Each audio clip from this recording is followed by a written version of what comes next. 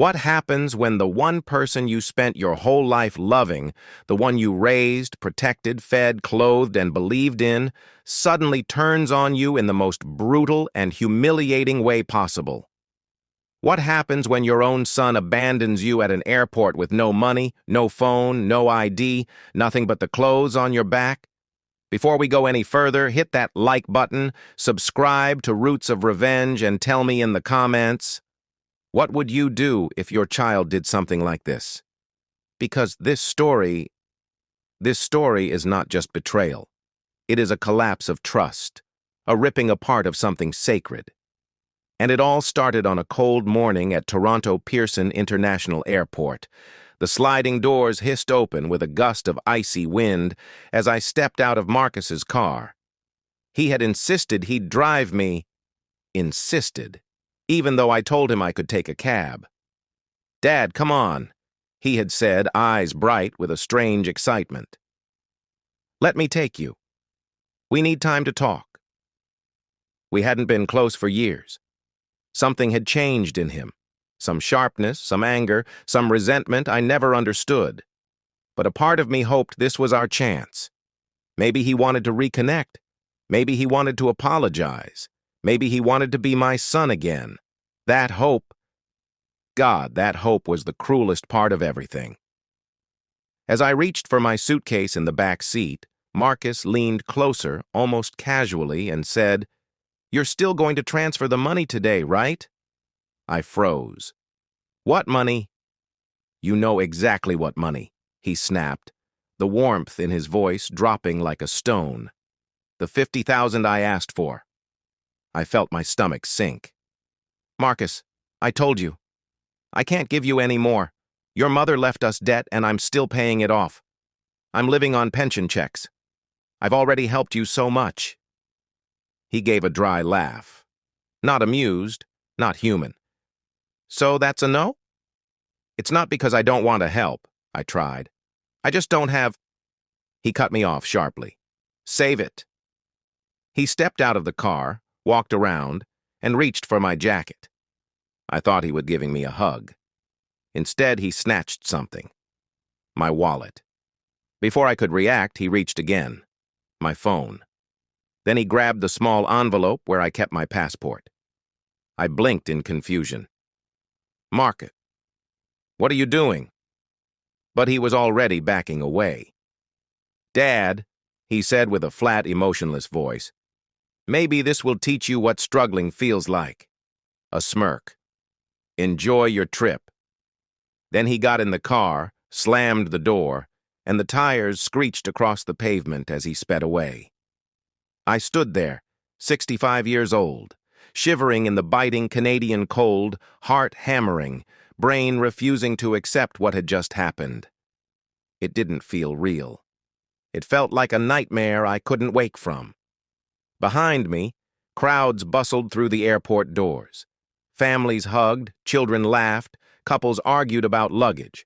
The world moved as if nothing had happened, while my entire sense of reality collapsed. A security guard approached hesitantly. "Sir, are you all right?" I opened my mouth, but nothing came out. Just a quiet, broken, "My son, he took everything." And in that moment, an emptiness opened inside me so wide it felt like it could swallow the whole airport. They took me inside, sat me on a bench, and offered me a paper cup of lukewarm coffee. My hands were shaking so badly I could barely hold it. The guard, a young guy, maybe in his 20s, kept glancing at me with pity. "What exactly happened, sir?" I told him, every detail. And with every word, the humiliation burrowed deeper. "So you're saying," the guard repeated slowly, "your own son robbed you?" I hated the word, robbed, like I was some helpless old man. But that's exactly what had happened. The airport supervisor, a stern woman with steel-gray hair, joined us. "We can contact police," she said matter-of-factly. "No," I whispered immediately. She frowned. "Sir, this is a crime." I swallowed. "He's my son." The young guard muttered under his breath, "Hell of a son." I wanted to defend Marcus, to say he wasn't always like this, that he used to bring me drawings he made in school, that he used to fall asleep on my chest watching cartoons. But the truth hit me like a punch. I didn't know this version of him. Somewhere along the line, I lost him. Or he lost himself. The supervisor sighed. All right. Without ID, you can't board your flight. Without a wallet, you can't go home. Do you have anyone we can call?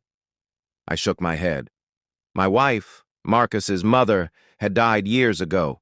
My siblings were scattered across the world. And Marcus, well, Marcus had been my only family. The airport lights hummed above me, harsh and uncaring.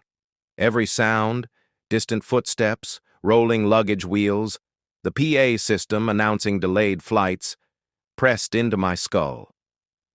Hours passed. A janitor mopped the same patch of floor 3 times.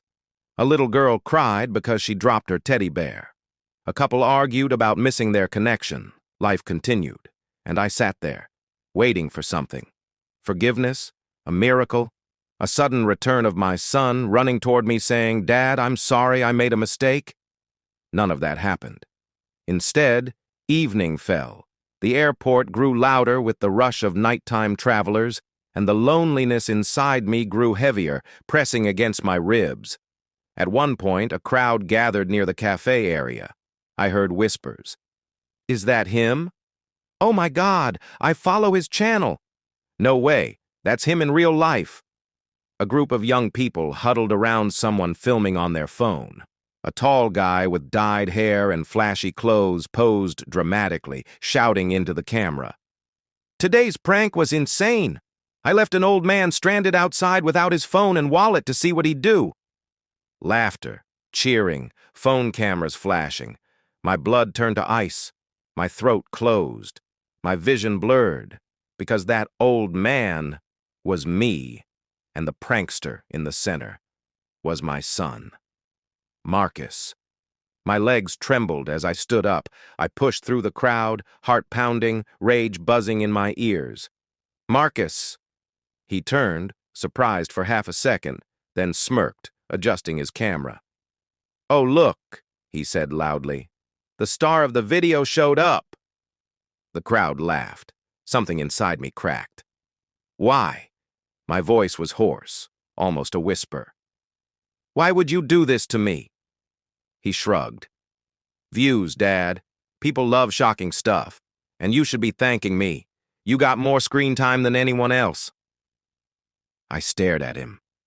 At the boy I raised. At the man he became.